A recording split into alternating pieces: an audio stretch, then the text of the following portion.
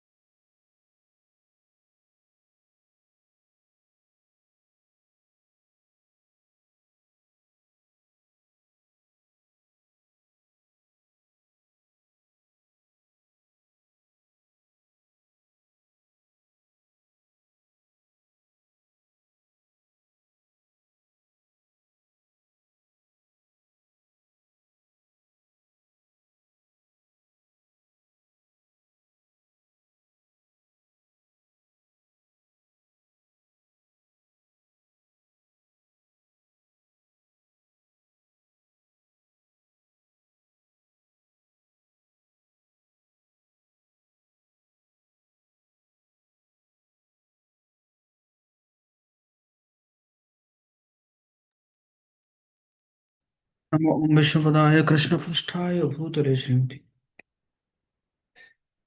मूकं करोति वाचालं पङ्गुं लङ्घयति गिरिं यत्कृपातमं वन्दे श्रीगुरुदिनतारिणि श्रीचैतन्येश्वरं परमानन्दमाधवम्। ॐ नमो भगवते वासुदेवाय। ॐ नमो भगवते वासुदेवाय। ॐ नमो भगवते वासुदेवाय। हरे कृष्णा। सभी भक्त अपना अपना कैमरा ऑन कर सकते हैं और आप सभी का हम हार्दिक स्वागत करते हैं। आज 17th डे है। 17th chapter 17th day.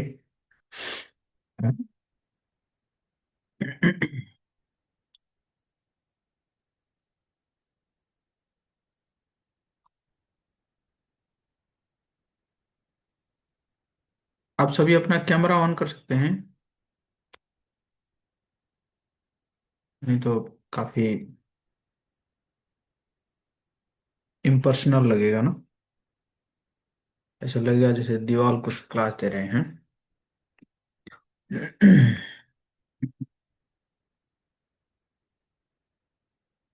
Okay. तो आज हम 17th चैप्टर शुरू करेंगे, जिसमें इस चैप्टर का नाम है श्रद्धा के विभाग। तो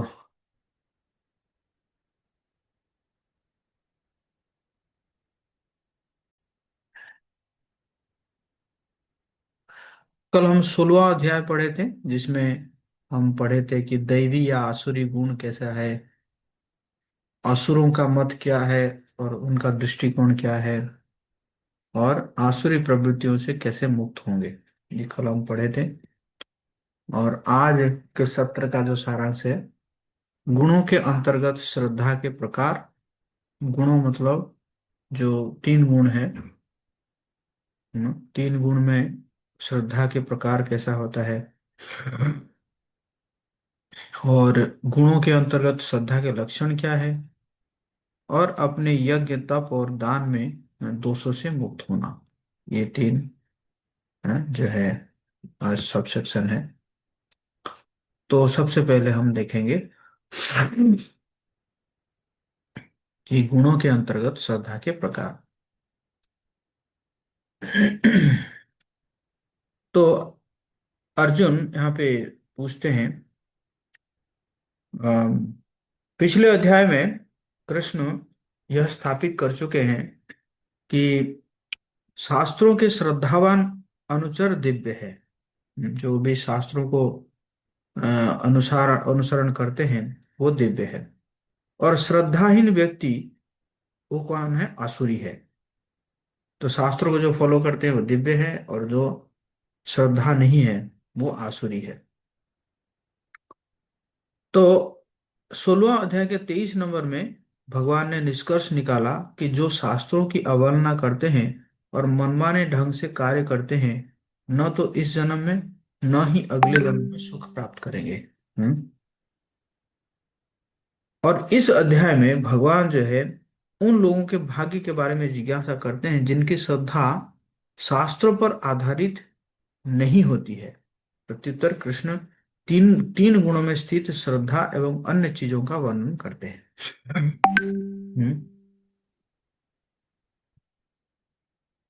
है ना।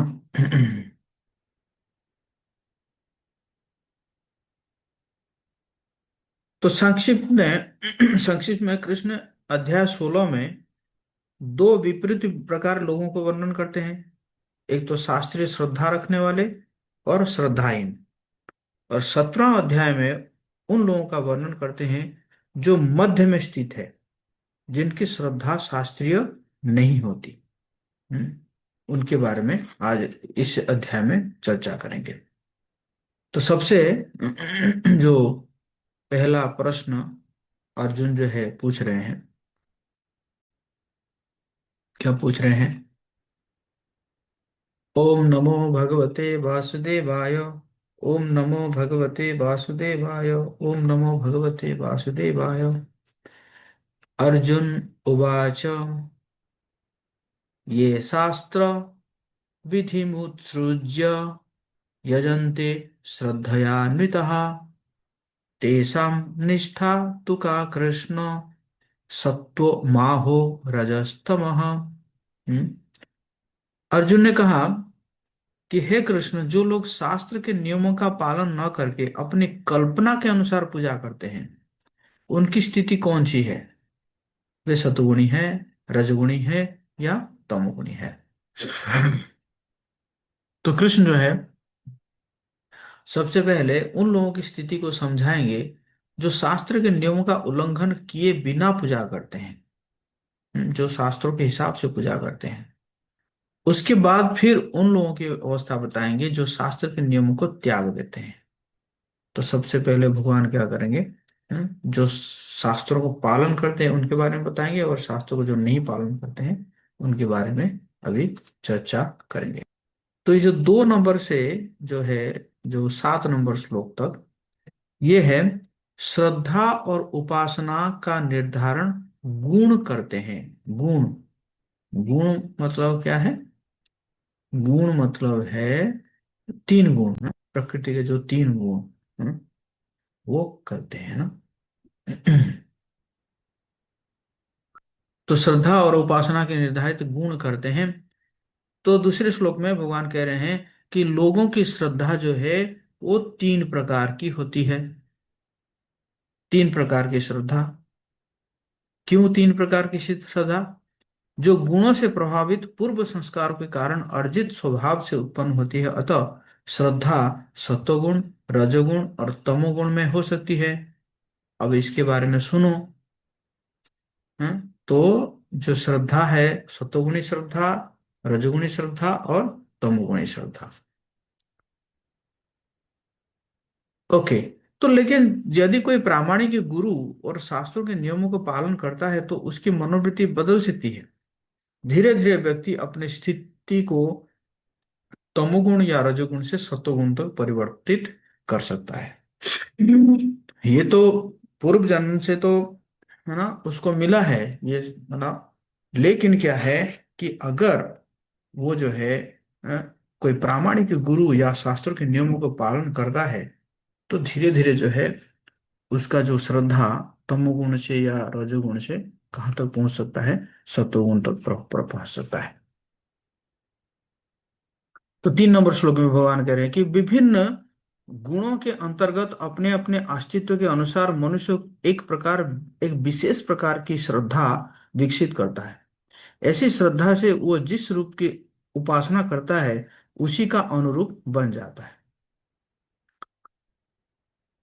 तो विभिन्न गुणों के अंतर्गत वो अपने अपने अस्तित्व के अनुसार विशेष प्रकार की श्रद्धा विकसित करता है। हम्म। और उसी प्रकार वो श्रद्धा से वो जिस रूप की उपासना करता है उसी के अनुरूप बन जाता है। तो प्रत्येक व्यक्ति चाहे वो जैसा भी हो, एक विशेष प्रकार की श्रद्धा पाई जाती है। अपनी श्रद्धा के अनुसार ही वो कतिपय लोगों से संगति करता है। जो रजोगुणी लोग हैं वो रजोगुणी लोगों के साथ संग करेंगे, जो तमोगुणी लोग हैं तमोगुणी लोगों के साथ संग करेंगे, है ना। और जो सतोगुणी लोग हैं वो सतोगुणी लोगों के साथ संग करेंगे। वास्तविक तथ्य यह है कि प्रत्येक जीव मूलतः परमेश्वर का अंश है, लेकिन जब वो भौतिक प्रकृति के संसर्ग द्वारा भगवान के साथ अपने संबंध को भूल जाता है, तो गुणों की संगति से वो अपना स्थान बनाता है। इस तरह से प्राप्त कृत्रिम श्रद्धा तथा अस्तित्व मात्र भौतिक होते हैं। क्योंकि भगवान के साथ जो है संबंध को भूल चुका है कि नहीं। फॉर एग्जाम्पल, क्या हुआ कि मतलब किसी का एक्सीडेंट हो गया, एक्सीडेंट हो गया और माथे पे चोट लग गई, माथे पे चोट लग गई और वो हॉस्पिटल में पड़ा है। और जब उसका सेंस आता है तो उस समय कई लोग आएंगे उसके पास, और वो उसको पहचान नहीं रहा है। पिताजी को नहीं पहचान रहा है, माता को नहीं पहचान रहा है, अपने सिस्टर को नहीं पहचान रहा है, ब्रदर को नहीं पहचान रहा है ना। वो लोग हालांकि कहते रहते हैं, अरे देखो देखो मैं तुम्हारे पिता हूँ, मैं तुम्हारी माँ हूँ, मैं तुम्हारी सिस्टर हूँ। लेकिन वो, उसको कुछ फर्क नहीं पड़ता है ना। तो अभी अभी 2-3 दिन पहले ऐसा हुआ कि एक भक्त जो है वो, मैं आरती गा रहा था तो वो बहुत नाचा, बहुत डांस किया हमारे ब्रह्मचारी है, बहुत डांस किया, बहुत डांस किया, और डांस करते करते पता नहीं उसको ऐसा चक्कर आ गया, तो वो चला गया अपने रूम में और पंखा चला के सो गया। और 2 घंटे तक जो है लगभग वो अनकॉन्शियस रहा। और पता नहीं क्या क्या बातें कर रहा था। मैं जब 9:30 बजे गया तो मुझे भी नहीं पहचान रहा था मुझे भी नहीं पहचान रहा था, है ना।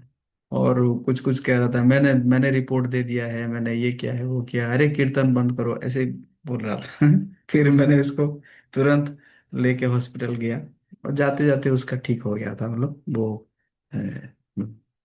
नॉर्मल हो गया था, जो भी हो। तो कहने का मतलब क्या है कि जब भगवान के साथ जब अपने संबंध को भूल चुके हैं, भूल चुके हैं, तो फिर क्या है कि हम उसी प्रकार भगवान के साथ व्यवहार करते हैं ना। मतलब अब हम पता नहीं ना, भगवान जो है भगवान हमारे अ, पिता है कि माता है कि भाई है कि सखा है कि अ, जो है मालिक है कि क्या है। क्योंकि भगवान के साथ सभी जीव का क्या है, एक एक यूनिक रिलेशनशिप है कि नहीं। जैसे जैसे अ, मेरे पिताजी के साथ मेरा एक यूनिक रिलेशनशिप है। हाँ। तो मैं पिताजी के साथ जैसे रेसिप्रोकेट करूंगा, मेरी माँ के साथ मैं ऐसे रेसिप्रोकेट नहीं कर पाऊंगा। या मैं अपने सिस्टर के साथ जैसे करूंगा, मैं अपने ब्रदर के साथ ऐसे नहीं कर पाऊंगा ना। तो सबके साथ क्या होता है, सबके साथ एक यूनिक रिलेशनशिप होता है। Do you agree agree with me? आप अग्री करते हैं मेरे साथ? यस और नो? तो उसी प्रकार जो है क्या है कि भगवान के साथ भी हमारा एक यूनिक रिलेशनशिप है। बट उस संबंध को क्योंकि हम भूल चुके हैं, तो उसी प्रकार हम जो है भगवान के साथ जो है रेसिप्रोकेट नहीं कर पा रहे हैं। है ना। तो वही यहाँ पे बता रहे हैं कि भगवान के साथ अपने संबंध को भूल जाता है तो गुणों की संगति से वो अपना स्थान बनाता है। इस तरह से प्राप्त कृत्रिम श्रद्धा तथा अस्तित्व मात्र भौतिक होते हैं। तो अब जो है जब भूल जाता है तो फिर वो गुणों के प्रभाव में आ जाता है ना। गुणों के प्रभाव में आ जाता है। तो चौथे नंबर में कह रहे हैं कि विभिन्न गुणों के अंतर्गत कैसे पूजा करते हैं ना। सतोगुण में किसी अभिप्राय से व्यक्ति देवताओं की पूजा करता है सतोगुण में। रजोगुण में राक्षसों की पूजा करता है। और तमोगुण में भूत प्रेतों की पूजा करता है। आप देखेंगे कई लोग जो है वो, है ना, ये तांत्रिक वांत्रिक के पास जाने के लिए मतलब एकदम बहुत ही रुचि रखते हैं ना। तो वो कौन व्यक्ति है? वो तमोगुणी व्यक्ति है ना।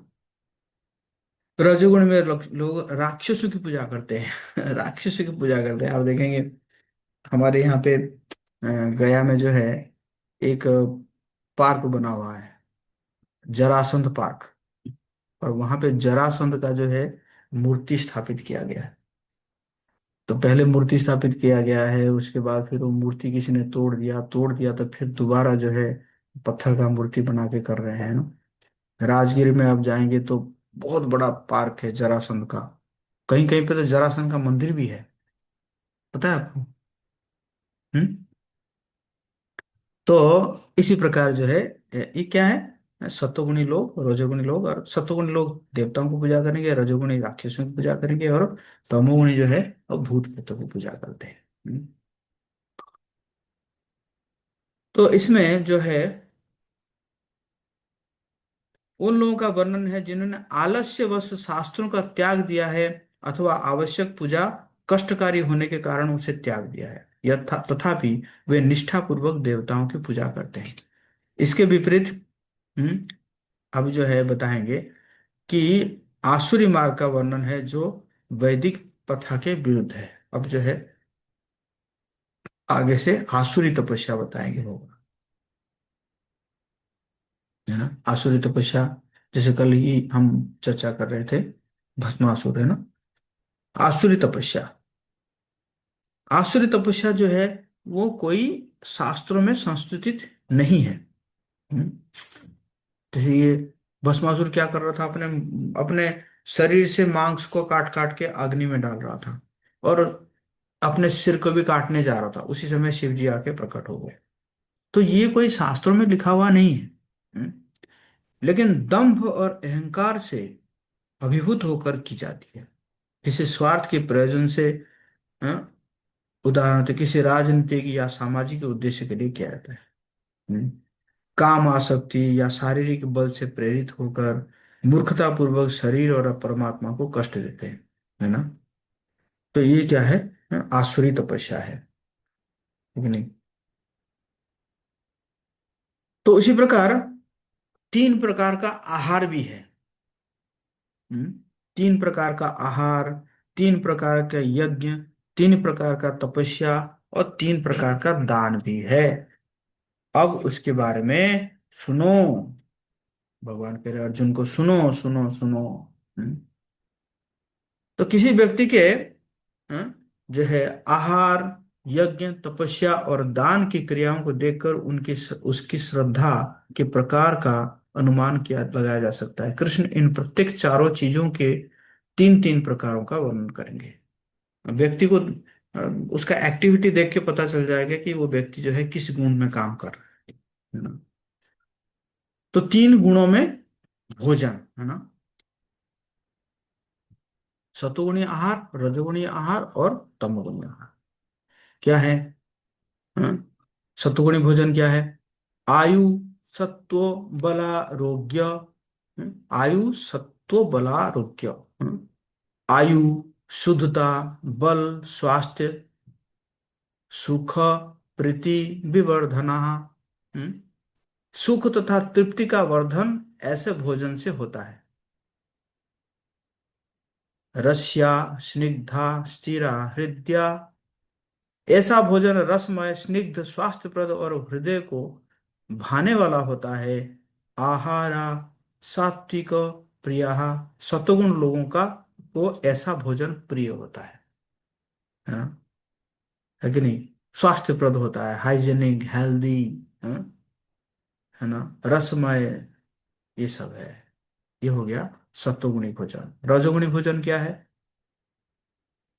कट्व, कट्व, बम्ल, लवणात्युष्ण, भोजन जो अत्यधिक तिक्त, खट्टे, नमकीन, गरम, बहुत ज्यादा गरम है, बहुत ज्यादा नमकीन खट्टा है ना, बहुत ज्यादा तीता है,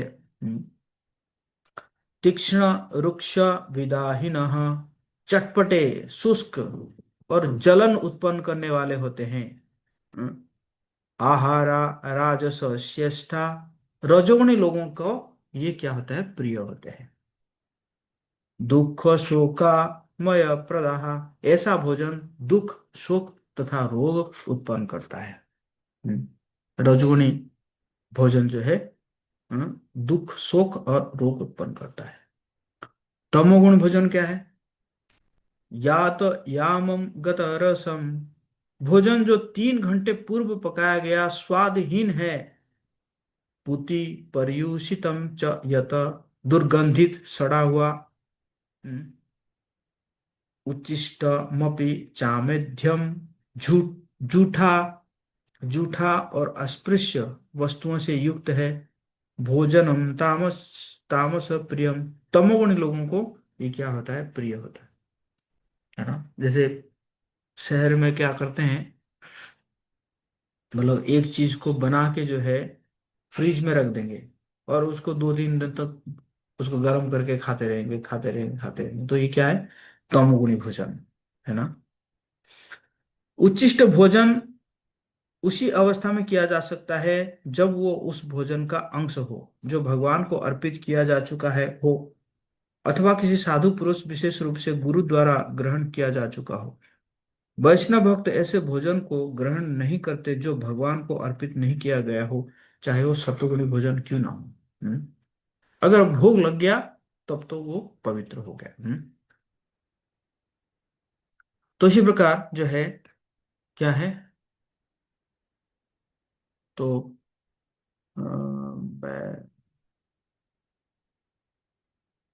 आकाश चोपड़ा पढ़ेंगे।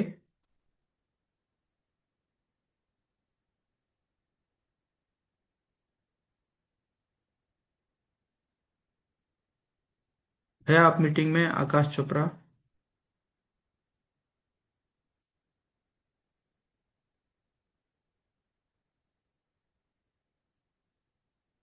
डी ठाकुर, क्या नाम है आपका?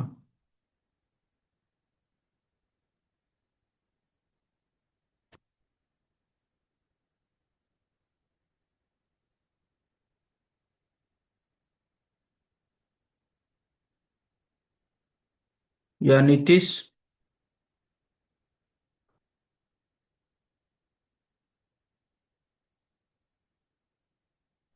हरे कृष्ण डाउनलोड करना।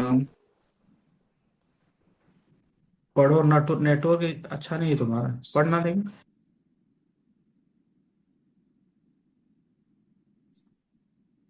सात्विक भोजन, नेटवर्क अच्छा जा रहा है प्रभु जी।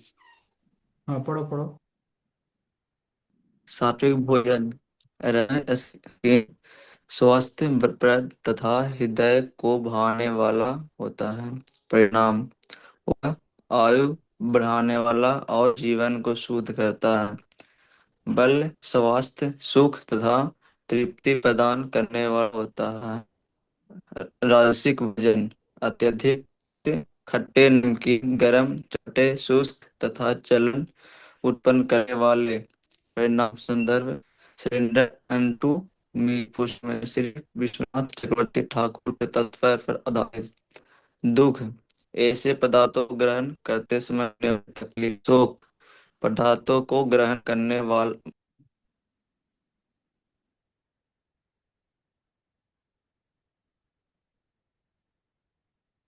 क्या हुआ?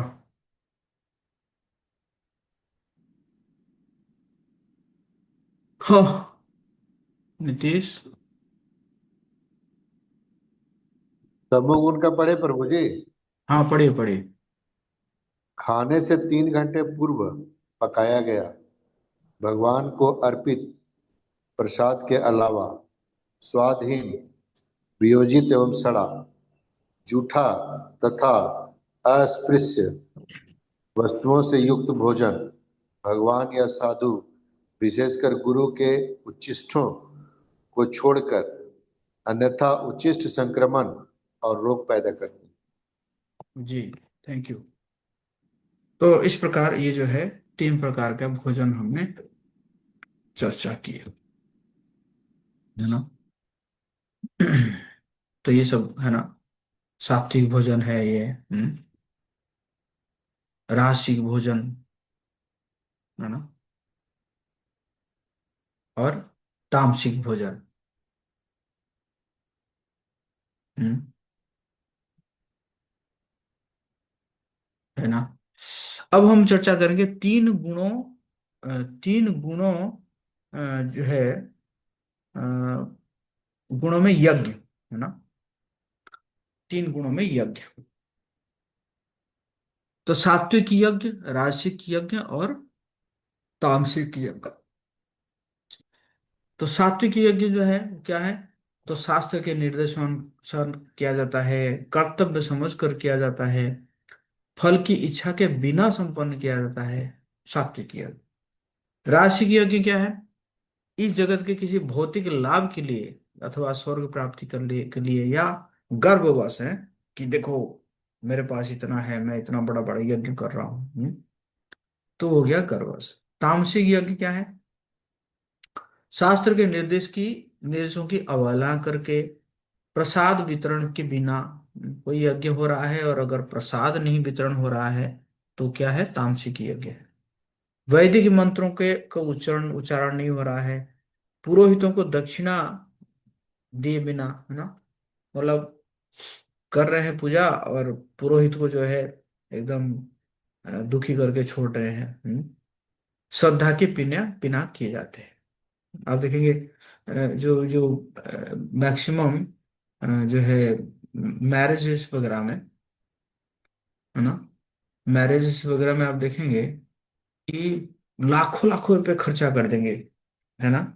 कहीं पे मतलब जो है डेकोरेशन में, कहीं पे जो है मतलब डीजे लगा के, साउंड लगा के, लाइट लगा के।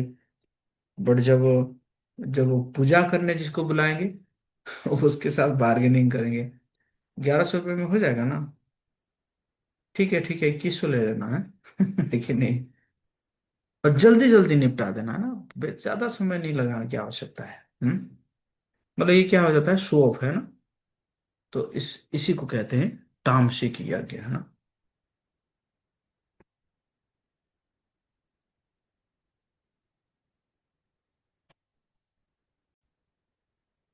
है कि नहीं।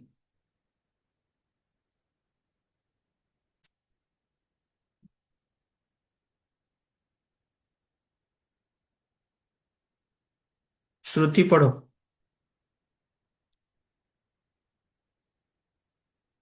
सत्वगुण में तप शास्त्रों के नियमानुसार कर्तव्य के रूप में, उदाहरण कर्तव्य के रूप में मंदिर गिरजाघर जाना न कि किसी अर्थात आर्थिक लाभ के लिए। प्रत्येक सभ्य व्यक्ति का कर्तव्य है कि वह शास्त्रों के नियमों का पालन करे, भगवान को नमस्कार करे, किसी लाभ की इच्छा न रखे। आमतौर पर हम किसी उद्देश्य से सेवा करते हैं। कृष्ण भावना भावित व्यक्ति भगवान के शुद्ध प्रेम वश ही कर्म करता है। फलस्वरूप उसे कर्म फलों के प्रति कोई आकर्षण नहीं रहता। Okay, thank you. तो इसी प्रकार रजोगुणी यज्ञ है ना, और तमोगुणी यज्ञ है। हम्म तो इस प्रकार 3 प्रकार की तपस्या भी है, तीनों गुणों में तपस्या। हम्म तीनों गुणों की तपस्या, तपस्या भी 3 प्रकार का हुआ, शारीरिक तपस्या, वाणी की तपस्या, और जो है मन की तपस्या, है ना। शारीरिक तपस्या क्या है? कह रहे हैं देव द्विज गुरु प्राज्ञ पूजनम शौचमार्जवम। परमेश्वर, ब्राह्मण, गुरु और माता पिता जैसे गुरुजनों की पूजा करना अथवा पवित्रता, सरलता। ब्रह्मचर्य महिंसा च, ब्रह्मचर्य और अहिंसा। शरीरम तप उच्यते, ये सभी शारीरिक तपस्या है। तो शारीरिक तपस्या में है भगवान की, ब्राह्मणों की, गुरु, माता पिता, हाँ, ब्रह्मचर्य का पालन करना, अहिंसा पालन करना, ये सब क्या है? शारीरिक तपस्या। वाणी की तपस्या क्या है?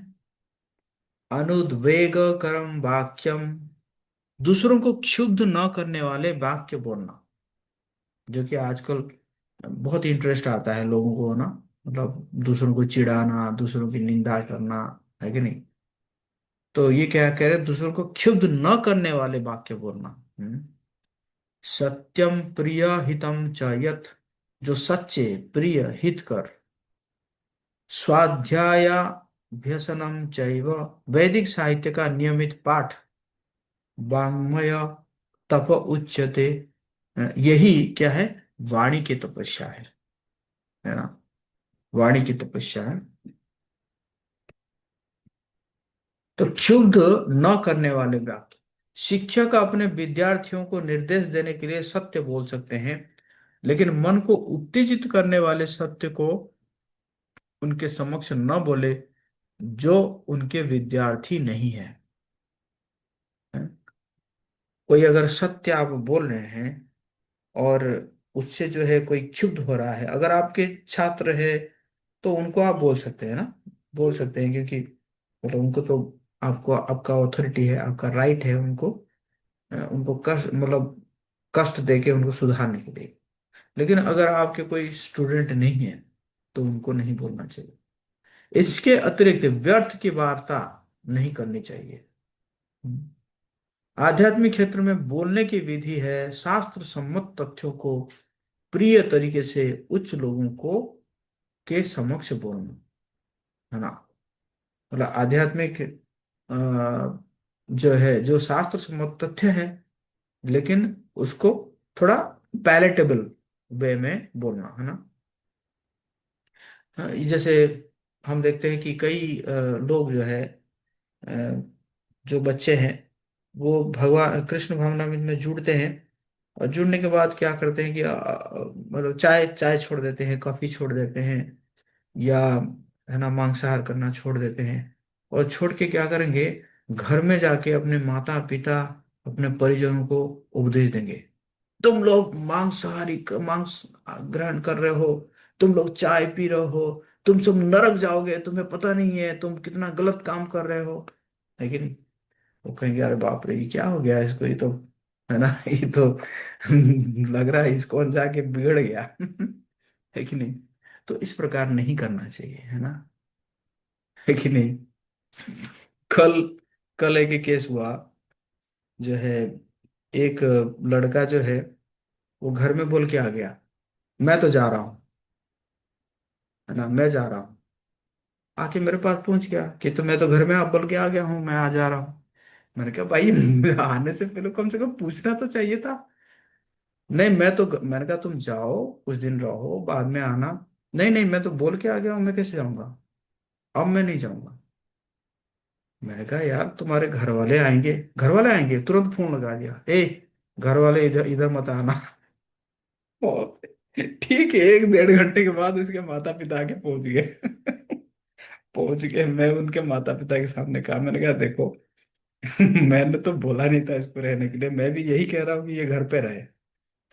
और मतलब अभी इसको मंदिर में रहना, मतलब मैं तो एक्सेप्ट नहीं करूंगा ऐसे। तो मैं तो इतना कह के आ गया। लेकिन उसने वहां पे कहा कि ठीक है, यहाँ पे अगर नहीं रखेंगे प्रभु जी, मैं दूसरी जगह चला जाऊंगा, लेकिन घर नहीं जाऊंगा।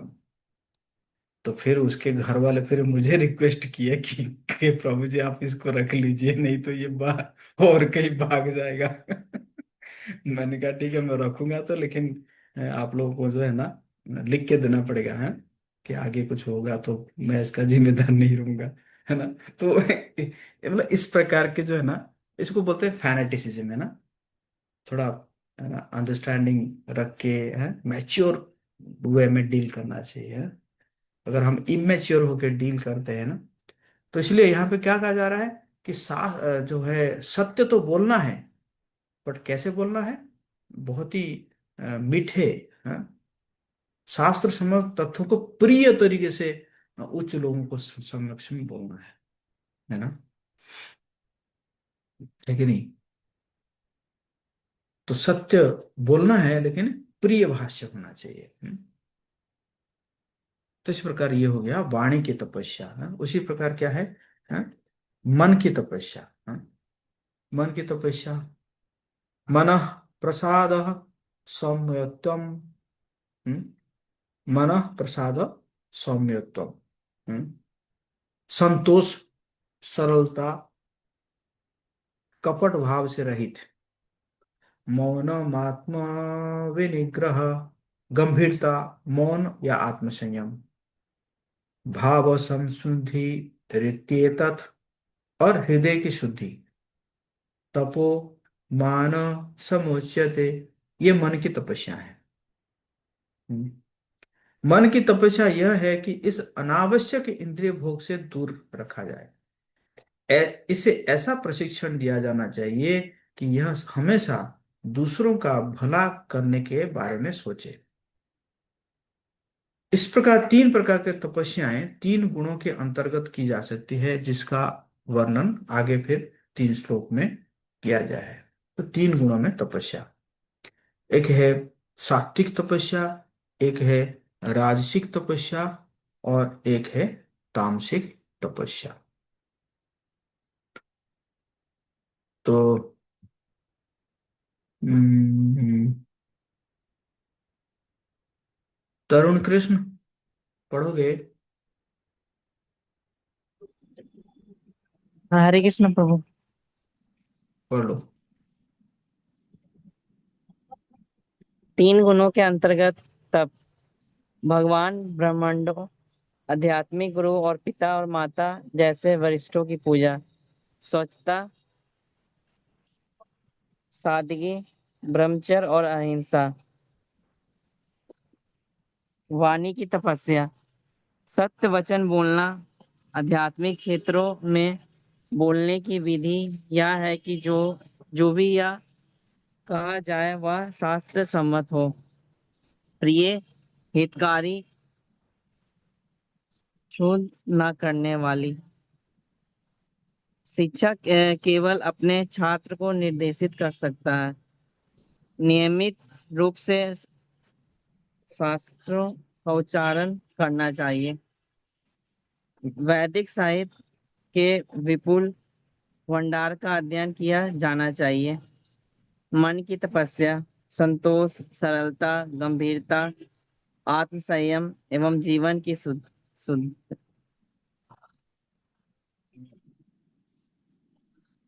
फिर हम चर्चा किए हैं, बस रिकैप कर रहे थे। तो इसी प्रकार जो है सात्विक तपस्या, राजसिक तपस्या और तामसिक तपस्या। सात्विक तपस्या क्या है? दिव्य श्रद्धा के साथ, भौतिक लाभ की इच्छा के बिना परमेश्वर हेतु की जाती है। और राजसिक तपस्या दंभ पूर्वक दूसरों से कैसे सम्मान, सत्कार और पूजा प्राप्त करने के लिए की जाती है। यह न तो स्थायी रहती है न शाश्वत। तामसिक तपस्या मूर्खता, आत्म उत्पीड़न के लिए और दूसरों का विनाश करने या हानि पहुंचाने के लिए की जाती है। हम्म। तो इसी प्रकार 3 गुणों में दान, 3 गुणों में दान, सात्विक दान, राजसिक दान दान और तामसिक दान। सात्विक दान जो है वो क्या है? कर्तव्य समझकर, प्रत्यु प्रत्युपकार के आशा के बिना, मतलब मैंने कुछ उपकार किया और मैं सोच रहा हूं कि वो भी मेरा उपकार करेगा, ऐसा नहीं है। और समुचित काल तथा स्थान में योग्य पात्र को दिया जाता है। ये हो गया सात्विक दान। राजसिक दान क्या है? प्रत्युपकार की भावना से, कर्म फल की इच्छा से, अनिच्छा पूर्वक दिया जाता है ना। एक बार मैंने देखा था, एक भिखारी को 2 केले दे रहे थे और 4 व्यक्ति दे रहे थे और वो फोटो खिंचवा रहे थे। नहीं,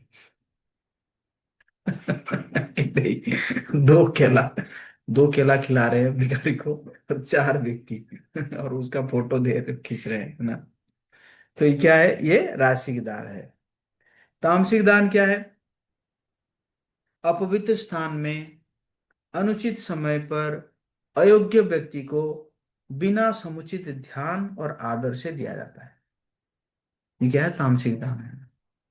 मैं जब जॉब कर रहा था दिल्ली में, और मैं जैसे ही अपने फ्लैट से निकलता था, जस्ट निकलता था, मतलब 50-100 मीटर दूरी पर एक व्यक्ति बैठा हुआ रहता था, मतलब उसको कोढ़ का बीमारी था, और आराम से एक बढ़िया एकदम बैठ जाता था और एक रुमाल डाल के, और रुमाल के ऊपर बीड़ी का कट्टा होगा और मैच बॉक्स होगा, है ना, और बीड़ी पीता होगा, और लोग जो है उसको दान करके जा रहे हैं। दान क्यों कर रहे हैं? क्योंकि वो कोढ़ का बीमारी है, बीमार है उसको। लेकिन ये नहीं देख रहे हैं कि वो पैसा जो दे रहे हैं वो पैसे से वो क्या कर रहा है। वो बीड़ी पी रहा है आराम से, तो एकदम बीड़ी एकदम इतना ऐसा बीड़ी रखा होगा और मैच बॉक्स होगा, पर एकदम साफ एक रुमाल पड़ा होगा, बैठा होगा, बीड़ी पीता होगा, और लोग जो है दान करके जा रहे हैं। तो इसको क्या बोलते हैं? तामसिक दान, है ना। मद्यपान, द्यूत क्रीड़ा में व्यसनी के लिए दान देने को प्रोत्साहित नहीं गया है। ऐसा दान लाभदायक नहीं होता है, बल्कि इससे पापी पुरुषों को प्रोत्साहन मिलता है ना। कई कई शराबी भी दान करते हैं ना। शराब पी के आएंगे और, है ना, उनका आधा बोतल बच गया, तो आधा बोतल बच गया तो गरीब को दे देंगे, ले, तो भी क्या याद करेगा, है कि नहीं। मतलब वो भी दान ही है ना। तो क्या दान हो गया? तामसिक दान हो गया, है कि नहीं। बल्कि दूसरों को वो नुकसान कर रहे हैं ना, ऐसे दान करके क्या हो रहा है? दूसरों का नुकसान हो रहा है ना। तो भगवान अभी तक जो है उपासना, आहार, तपस्या, यज्ञ, दान द्वारा 3 गुणों में स्थित व्यक्ति के अस्तित्व का वर्णन किए हैं, जो कि श्रद्धा को निर्धारित करते हैं। 3 गुण और उनका संयोग दोष युक्त है, और भौतिक जगत अब कृष्ण समझाएंगे कि ओम तत्सत अर्थात भगवान विष्णु के नाम के उच्चारण से सभी दोषों का निवारण किया जा सकता है, और वो कार्य भी दिव्य हो जाता है। इस प्रकार अशास्त्रीय श्रद्धा रखने वाले व्यक्ति का भी धीरे धीरे उत्थान हो सकता है ना। तो अब जो है निष्कर्ष क्या है? ओम तत्सत। हम्म, ये निष्कर्ष है। तो ये जो सेक्शन है, इस सेक्शन में भगवान कहेंगे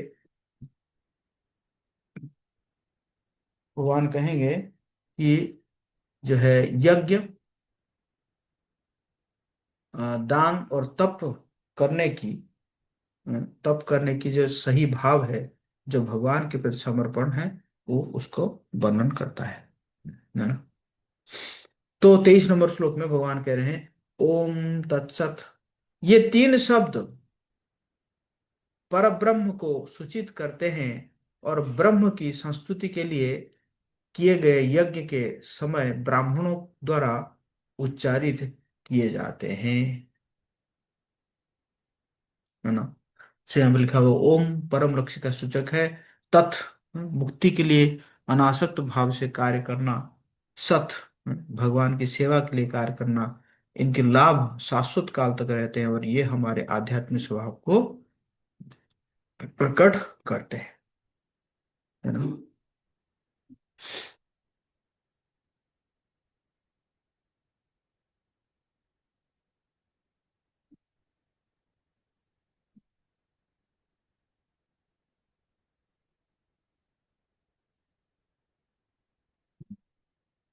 ओम ओम का उच्चारण ब्रह्म की प्राप्ति के लिए शास्त्रीय विधि के अनुसार यज्ञ, दान तथा तप करने वालों के द्वारा सदैव प्रारंभ किया जाता है ना। कुछ भी करते हैं तो हम शुरू कहाँ से करते हैं?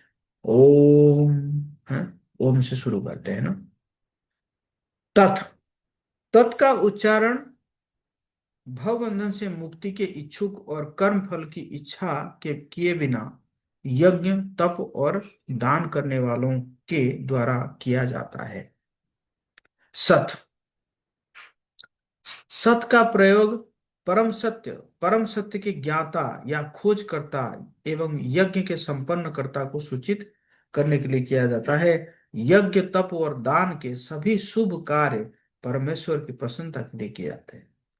भगवान को समर्पित कोई भी कार्य शाश्वत है और सत्य कहलाता है।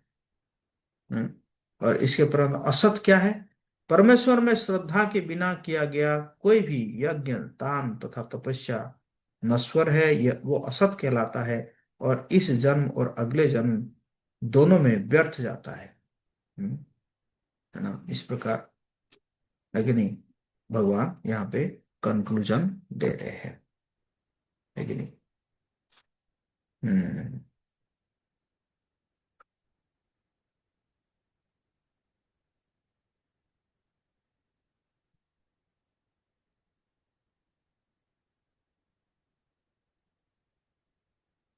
रविंद्र कुमार वर्मा।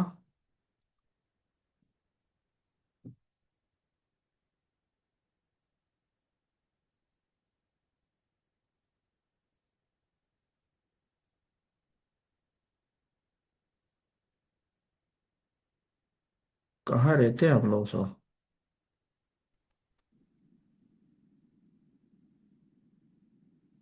हाँ। हरे कृष्ण प्रभु। हाँ, पढ़िए जल्दी।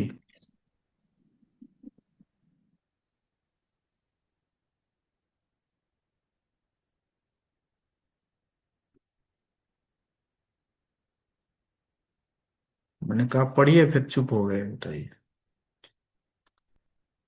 सतोगुण में धर्म की विशेषताएं शुद्धिकरण की प्रेरणा से कर्तव्य पूर्वक ईश्वर को प्रसन्न करने की भावना से इस दृष्टिकोण को व्यक्ति के यज्ञ, तप और दान में उतारने के लिए यह मंत्र ओम तत्सत को शामिल करना चाहिए, जो याद दिलाएगा कि धार्मिक गतिविधि का लक्ष्य विष्णु की संतुष्टि है।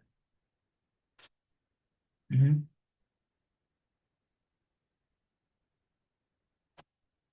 कौन पढ़ना चाहेगा आप में से? मतलब जिसको बोल रहा हूँ वो तो चुप हो जा रहे हैं। हाँ पढ़ो, मौसम पढ़ो।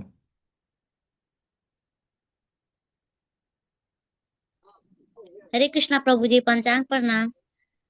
भगवान में विश्वास के बिना की गई गतिविधियां बस प्रकृति के गुणों के दायरे में है और अस्थायी है, इसलिए वे व्यर्थ हैं। एक प्रामाणिक गुरु के मार्गदर्शन में सेवा करने से व्यक्ति शुद्ध भक्ति के द्वारा गुणों को पार करने के लिए योग्य हो जाता है। हमें चाहिए कि प्रकृति के गुणों द्वारा प्रभावित हमारी धर्म की धारणा को त्याग कर शास्त्र में श्रद्धा विकसित करना। असत्य। ठीक है थैंक यू तो, प्रभु जी। ठीक है।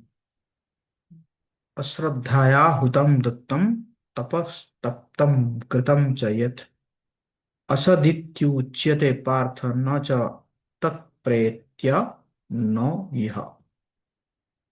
इस प्रकार भगवान जो है इसका कंक्लूजन दे रहे हैं। तो हम आज पढ़े कि गुणों के अंतर्गत श्रद्धा के प्रकार क्या है, गुणों के अंतर्गत श्रद्धा के लक्षण क्या है, और यज्ञ, तप और दानों में दोषों से मुक्त कैसे होंगे भगवान का नाम जप करके। हरे कृष्णा कृष्ण कृष्ण हरे हरे, हरे राम राम राम हरे हरे। ओके, किसी का कोई प्रश्न है तो आप लोग हैंड रेज कर सकते हैं, तब तक मैं आपको फीडबैक फॉर्म दे रहा हूँ।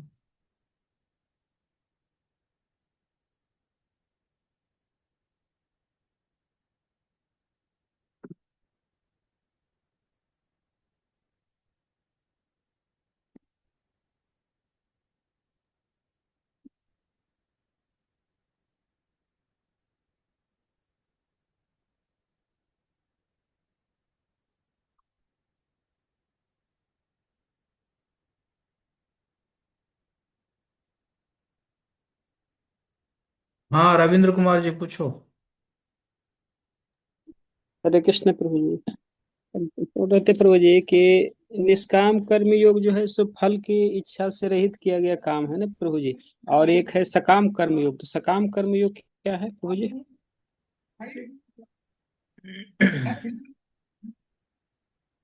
देखिए, फॉर एग्जाम्पल, हम एक जो है ग्रोसरी दुकान के पास गए, तो वो जानता है कि ये जो है इस मंदिर में चावल खरीदते हैं। तो उसने कहा कि ठीक है, आप जो है चावल मेरे से लीजिए, और मैं क्या करता हूँ, आप मंदिर के लिए मैं 20% डिस्काउंट में दे दूंगा, है ना। तो ये क्या हो गया, ये हो गया सकाम कर्मयोग, है ना। मतलब उसने दिया, लेकिन उसमें क्या है, उसका कामना है कि 80% उसको लेना है मंदिर से, है ना। तो ये हो गया सकाम कर्मयोग। लेकिन वही व्यक्ति अगर जो है कहता है कि देखिए, मैं आपको महीने में 10 किलो चावल में दे दूंगा, और इसके लिए मुझे कोई ये गुप्त दान रहेगा, इसका ना कोई जो है, मुझे कोई नाम वगैरह नहीं चाहिए। तो ये हो गया निष्काम कर्म योग। समझ में आया रविंद्र जी? और जी प्रभु जी, तो समझ गए। और इसी में एक है प्रभु जी की अकर्म। हम्म। तो अकर्म तो कल हम बताए थे ना, कि भगवान के साथ, अकर्म भगवान के और लिए एक जो भी, विकर्म है। भगवान के लिए जो कर्म किया जाता है उसको अकर्म कहते हैं। जो शास्त्र के विरुद्ध कर्म किया जाता है उसको विकर्म कहते हैं। और जो, है ना, कुछ पाने के लिए तो किया जाता है। हमें हम्म। कुछ पाने के लिए, पुण्य कमाने के लिए किया जाता है, उसको सकर्म कहते हैं। हम्म। फॉर एग्जाम्पल, आपने जो है अ, जो है कंबल बांटा, है ना, लोगों को कंबल बांटे। तो कंबल बांटे, तो ये हो गया आपको सकर्म हो गया, है ना, पुण्य कर्म है ये, है कि नहीं। अच्छा, आपने क्या किया कि उन लोगों को कंबल बांटे, लेकिन कंबल के साथ साथ उनको हरिनाम भी करवाए, भगवान का नाम लेकर उन हरिनाम करवाए, और उनको कंबल बांटे, और ये सोचते हुए बांटे कि भगवान के संतान हैं, कष्ट मिल रहा है उनको, है कि नहीं। एटलीस्ट मैं कंबल दूंगा तो कम से कम वो भगवान को ग्रेटफुल, भगवान के प्रति ग्रेटफुल होंगे। तो ये हो गया अकर्म, है कि नहीं। और आपने किसी से कंबल छीन लिया किसी गरीब, कुछ गरीब से जो है कंबल छीन लिया, तो हो गया विकर्म। समझ में आया रविंद्र जी?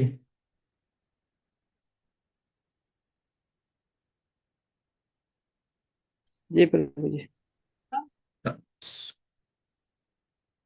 हाँ, मौसम पूछो। हरे कृष्णा प्रभु जी। वो ना मैंने कहीं ये पढ़ रखा था कि अगर आप इस्कॉन के अलावा किन्हीं और का कथा सुनते हो, तो फिर पहले आप ये बताइएगा कि ये सही मतलब ये जो मेरे पास नॉलेज है वो सही है या गलत। आप इस्कॉन के अलावा यानी इस्कॉन के प्रभु जी लोग के अलावा, प्रभुपाद जी के लेक्चर के अलावा किन्हीं और महाराज जी का लेक्चर अगर सुनते हो जो इस्कॉन से ऐड नहीं है, मतलब जो लाइक का राम भक्त राम कथा सुन रहे हो, तो उस केस में हम लोग को अपराध लगता है और हम लोग को आई थिंक ये समझा जाता है कि आप अपराध कर रहे हो। क्या ये सही है प्रभु जी? नहीं, अपराध की बात नहीं है। आप किसी से भी सुनिए, पहले जानिए कि वो, है ना, वो संप्रदाय में हाँ? और, है ना, उनका इंटेंशन क्या है ना, उनका चेतना क्या है ना। ऐसे इसी प्रकार जान के सुनना चाहिए, ये नहीं कि कोई ना कोई एकदम बढ़िया बोल रहा है और उसको सुनने लग गए, है ना। क्योंकि ऐसे कहा गया है, पद्म पुराण में कहा गया है, कोई अगर संप्रदाय विहीना मंत्रा ये विफला मता है, कोई अगर संप्रदाय से नहीं है और वो अगर सुन रहा है, तो उसको अगर आप सुन रहे हैं, तो एक्चुअली एक्चुअली क्या होता है ना, सुनने से हमारा वो उसका जो चेतना है, उस व्यक्ति का चेतना हमारे अंदर प्रवेश करता है। तो कोई एक व्यक्ति अगर वो प्रवचन दे रहा है, लेकिन उसके अंदर क्या चेतना है कि मेरी पूजा होगी, मेरी प्रतिष्ठा होगी, है ना, मुझे इतना धन मिलेगा, तो वो जो चेतना है, वो चेतना क्या हो जाता है, आपके आपके अंदर वो जाके ट्रांसफर हो जाता है। तो आप उस कथा को सुन के क्या होता है, आपको कथा को सुन के आपके अंदर भी ये पूजा प्रतिष्ठा लाभ जो है वो बढ़ जाएगा, है ना। इसीलिए जो है कथा जो है या प्रवचन जो भी है वो प्रॉपर परंपरा में कोई हो, और आप उनको जानते हैं, मैक्सिमम आप उनके बारे में जानते हैं, है ना, उनके तपस्या के बारे में जानते हैं, उनके उनके उनके इंद्रिय संयम के बारे में जानते हैं कि वो he is not a sense gratifier, है ना, जानते हैं, तब जाके क्या करना चाहिए, उससे कथा सुनना चाहिए या से प्रवचन सुनना चाहिए, चाहे वो इस्कॉन के हो या कहीं कहीं के हो। जानने के बाद है, अच्छे से जानने के बाद उनके बारे में ना करने के बाद जाके उनका आप सुन सकते हैं। क्लियर हुआ? Yes Prabhu ji, thank you so much. लेकिन ये भी तो कहा गया है ना कि आप एक्सपीरियंस हर महाराज जी से लो, लेकिन इंस्ट्रक्शन जैसे कि गुरु आप जिसका मानते हो उनका ही इंस्ट्रक्शन लो। तो मेरे लिए वो मैटर नहीं करता, मुझे राम कथा से राम जी के मैटर करना ना, कि मैं राम जी के बारे में सुन रही हूँ। और उनकी चेतना से मुझे मतलब ही नहीं, उनके शब्दों से मतलब है ना कि वो राम जी के बारे में बोल रहे हैं। तो ये कैसे नहीं ट्रांसफर होगा? तो मुझे नहीं नहीं नहीं आपके नहीं ऐसा कुछ नहीं नहीं होता। नहीं, ऐसा नहीं होगा, ऐसा नहीं होगा। हाँ, जैसे दूध है, उसका एग्जाम्पल दिया गया है शास्त्रों में। दूध में सांप ने जो है मुंह मार दिया, तो दिखेगा तो दूध, टेस्ट भी लगेगा दूध, लेकिन हो जाएगा हमारे लिए क्या, जहर। समझ गए ना। इसीलिए हाँ, देखा जा रहा है एक्चुअली जो श्रीमद् भागवतम है, श्रीमद् भागवतम का कथा सुनने के बाद अपने अंदर वैराग्य उत्पन्न होना चाहिए। हम्म? काम काम जो है धीरे धीरे नष्ट होना चाहिए। लेकिन आजकल देखा जा रहा है, भागवत कथा सुनने के बाद बल्कि काम भावना और बढ़ जा रहा है। क्यों? आजकल के जो कथाकार है, मतलब आजकल जो है, जो जो प्रोफेशनल रिसाइटर है, वो सीधा वार करते हैं रास लीला के ऊपर। क्यों? क्योंकि रास लीला बड़ा मजा आता है लोगों को सुनने में, है कि नहीं। जबकि रास लीला सुनने के बाद क्या होना चाहिए, व्यक्ति के अंदर काम भावना नष्ट होना चाहिए, कम होना चाहिए। लेकिन रास लीला सुन के क्या हो रहा है, लोगों के अंदर काम भावना बढ़ रहा है ना, है कि नहीं। वो भी मतलब ऐसे ही सोच रहे हैं, अरे जैसे कृष्ण जो है स्त्रियों के साथ कर रहा था, हम भी ऐसे कर सकते हैं। क्यों हो रहा है? क्योंकि वो चेतना ट्रांसफर हो रहा है ना, ट्रांसफर ऑफ कॉन्शियसनेस। समझ में आ रहा है? थैंक यू सो मच प्रभु जी। Example of milk totally I understand. Thank okay, you. Hare Krishna. Nitish Kumar ji, chief minister. Hare Krishna प्रभु जी, दंडवत प्रणाम। जी प्रभु जी, आपने बताया कि पहले मैं इस्कॉन से ऐड नहीं था, तो ये वो सब खाता था, तो अब मैं नहीं खाता हूँ, और वो घर पे सब बोल लेता है, जिससे उलझन हो जाती है कि आप नॉनवेज खाते हैं, ये वो तो बोलना चाहिए, नहीं जो समझ में नहीं आ रहा है। किसी भी बोल लेते हैं कि ये गलत है, तो उसको तो अपराध कर रहा है वो, ना तो बोल लेते हैं तो, और नहीं, फैमिली बोलना वाले लोग को बोलना भी। बोलना किसको चाहिए? जो आपके इन्फ्लुएंस में है ना, जो आपसे सुनना चाहता है, आपसे आपसे जानकारी लेना चाहता है, जेन्युइन कुछ चीज लेना चाहता है, उसको बोलना चाहिए ना। नहीं तो ऐसे नहीं कि किसी को भी बोल दिए है ना। इसको बोलते हैं नहीं मैनेजमेंट जैसे मोड। मतलब, क्या? जैसे मेरे घर में मतलब मेरे घर में मतलब मेरे नानी माँ है, तो उनको तो मतलब फिर वो अपराध कर रहे हैं ना, तो इसे तो बोलते हैं, तो वो नहीं सुनती ऐसे। हाँ, नहीं सुनेगी ना, क्योंकि आप छोटे हैं ना भैया। कि नहीं? हाँ आप बहुत छोटे हैं ना, जी आप कैसे उपदेश देंगे? बोलते बड़े हैं ना वो, उनका काम है आपको उपदेश देना, आपका उपदेश सुनना उनका काम नहीं है। समझ रहे हैं ना आप? इसलिए व्यर्थ बातें मत किया कीजिए। हाँ? मैं अपने मैं अपने अपने बारे में बताता हूँ। मैं अपने घर वालों को कभी नहीं पूछता हूँ कि आप लोग माला कर रहे हैं कि नहीं कर रहे हैं। कभी नहीं पूछता हूँ आप लोग माला कर रहे हैं कि नहीं कर रहे हैं, आप लोग गीता पढ़ रहे हैं कि नहीं पढ़ रहे हैं, कभी नहीं बोलता हूँ। क्योंकि मैंने एक डिवोटी को, है ना, दूसरा डिवोटी को मैंने अपॉइंट कर रखा है, हमारा लोकल डिवोटी है, वो प्रीच करेगा। मैं कैसे प्रीच करूंगा? हम्म? मैं कैसे उपदेश दूंगा? क्योंकि मेरा काम है, मतलब उनका काम है मुझे आ, कई सालों तक वो मुझे उपदेश दे के आए हैं, और अभी कैसे मैं उनको उपदेश दूंगा? है कि नहीं?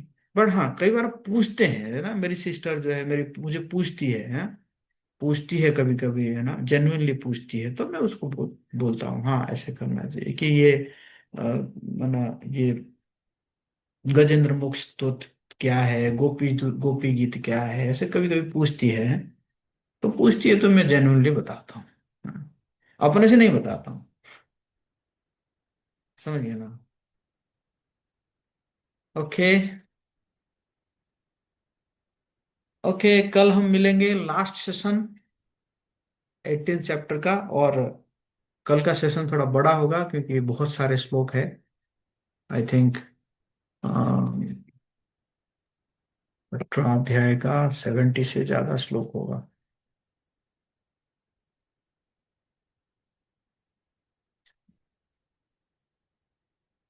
78। 78 श्लोक कल है, तो थोड़ा लॉन्ग सेशन रहेगा। लगभग हम कल 7 बजे शुरू करेंगे, 9 बजे तक चलेगा। और तो आप सब टाइम से ज्वाइन करिएगा कल। हरे कृष्णा, जगत कुछ लोगों की जय। Thank you, thank you, thank you.